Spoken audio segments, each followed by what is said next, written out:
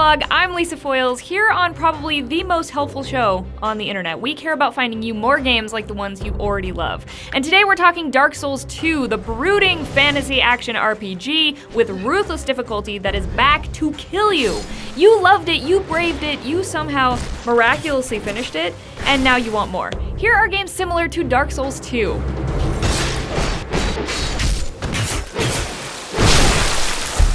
We'll assume you already checked out Dark Souls 1 and Demon Souls because, well, those would be similar to Dark Souls 2. They're the same franchise. But you will also like Dragon's Dogma. What makes it similar to Dark Souls 2? Well, first, they're both hack and slashers with survival horror elements. Plus, they both have huge open worlds, expansive fantasy settings that you can explore at your own pace. Grancis and Drangleic are full of secret areas, branching off in odd ways, allowing you to have a hell of a good time exploring the land before ever starting a story quest. Dragon's Dogma has a much more in-depth story compared to the vague plot of Dark Souls 2, though they are both about revenge. In Dark Souls 2, you're on a quest to get your curse removed, and in Dragon's Dogma, you're after the dragon who ate your heart.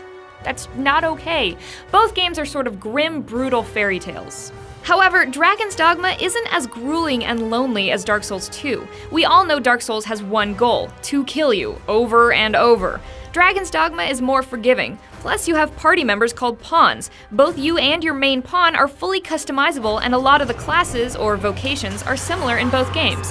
I assure you, you will die a lot less in Dragon's Dogma, though careful when riding on a griffin, because that thing will just tip you right off. My next suggestion has to be the Monster Hunter games. We'll say Monster Hunter 3 Ultimate. The combat will feel very similar, slow and deliberate with a focus on timing, evasion, and health management.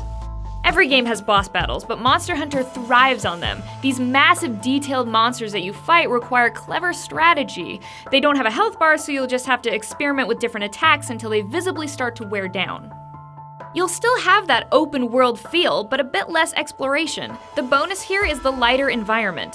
While the bleakness of Dark Souls 2 just makes you want to curl up in a corner and weep silently, Monster Hunter has lots of bright neon colors that you'll never see in Dark Souls. Oh, and the monsters are just so beautiful, and once defeated, you can use their dead carcasses for sweet hats and armor.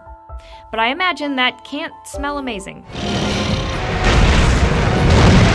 Next, screw lighter-hearted. Maybe you liked Dark Souls 2 because it was so dark. Maybe you love being the brooding loner.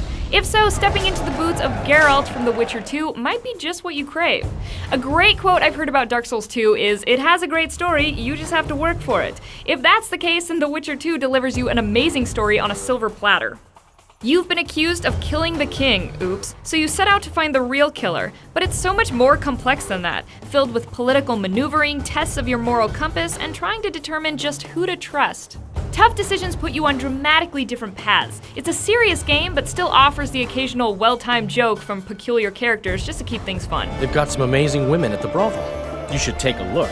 Speaking of fun, the combat is visceral and satisfying in this amazing RPG. You are a monster killer, though that doesn't mean you still won't befriend the occasional troll. Each battle really requires intelligence. In fact, your strategy in preparing for battle is almost more important than your performance in the battle itself. One final suggestion for the masochists. Dark Souls 2 is the ultimate display of skill today, but if beating it left you thinking you're this amazing gamer who can beat any game, then I dare you to try Ghosts and Goblins for the NES. This classic is one of the hardest games ever made. You're a knight trying to save a princess from ghoulish horrors. Get hit once and you lose your armor and you're left running around in your undies. Get hit a second time and you just die. You're just a pathetic pile of bones. Test your skills, test your sanity, and try not to have a brain aneurysm. That's really all we ask.